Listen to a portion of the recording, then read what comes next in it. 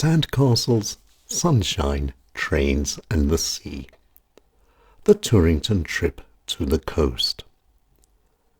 It was a long time ago, more than 30 years, that an old farmer told me the following story.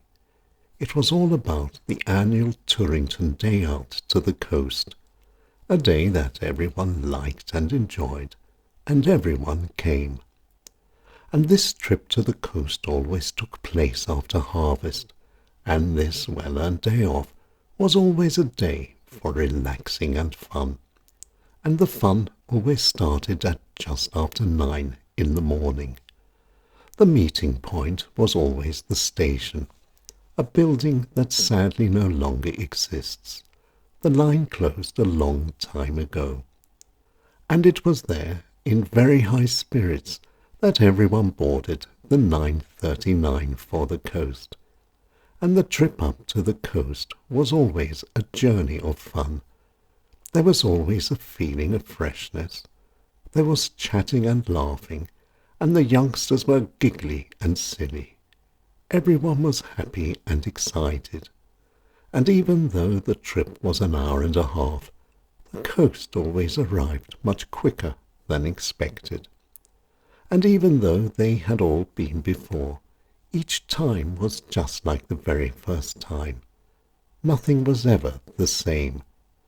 The powerfully wonderful air was always more powerful, the smell of the seaweed much stronger, and the taste of the salt on the wind always more salty than ever, and the gulls' piercing wailing much sharper. But despite these impressions of differences, these days out to the coast were always the same. There was paddling and swimming and sploshing and splashing. There was the throwing and catching of giant coloured beach balls. There was the building of sand castles. And, as was the tradition, most fathers spent much of their time being buried alive by their nice little children. And in between, and depending on age, were rides on the donkeys, all part of the fun of the beach. And then came the picnic, and this meal in the sand was always sensational. There were sandwiches, which by the way were called sandwiches because of the sand that always found its way in and made them horribly crunchy. There were cupcakes, cherry cakes, ginger cakes, and crisps and bananas and apples. And for quenching the thirst was beer, tea, and juice. Something and plenty for all. And the afternoons always slowed down for snoozing in deck chairs and chatting and knitting, and Punch and Judy, the great British seaside tradition.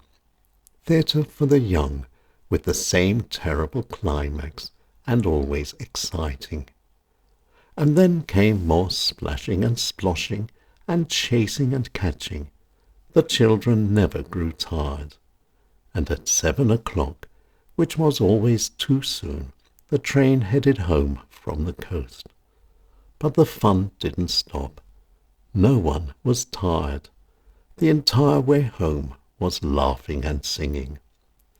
A day full of fun on the beach was over again. And now time for bed and dreams of the sea. It was a long time ago that a very old farmer told me this story. Sandcastles, sunshine, trains and the sea. The Torrington trip to the coast.